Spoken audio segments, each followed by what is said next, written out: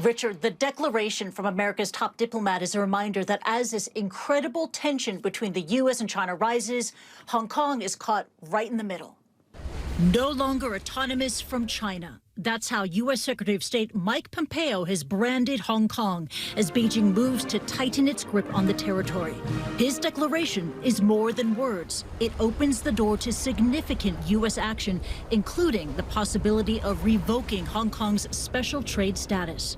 So what would it mean for Hong Kong? It would mean that the United States would treat Hong Kong the same as China for trade and other purposes. It would jeopardize billions of dollars worth of trade between the U.S. and Hong Kong. It would also dissuade people from investing here.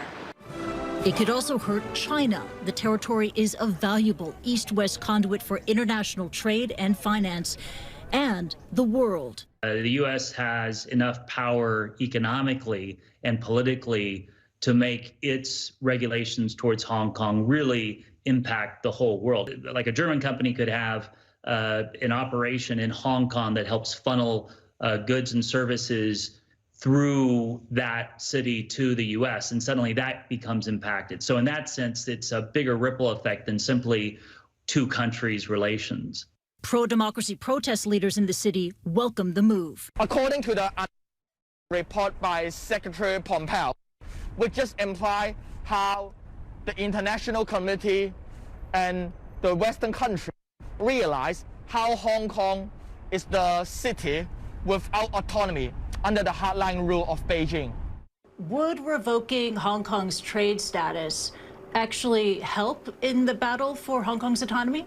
The national security law just takes away the last vestige of guaranteed protections. So to not do anything would be, you could argue, far worse. And I think that's why the protest leaders support the move, even though they must know that's going to create quite a lot of pain for the people of Hong Kong.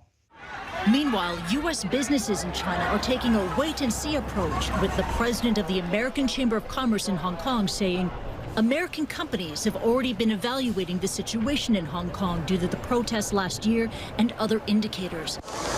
One thing is for certain, the declaration from Pompeo further strains the already fraught relationship between the U.S. and China, a relationship fractured by the trade war, the pandemic, and now the fate and future of this special administrative region. As U.S.-China tensions rise, more riot police were deployed across Hong Kong today. Tension is rising as lawmakers here debate a bill that would make mocking China's national anthem a crime, and Washington turns up the heat on Beijing. Richard.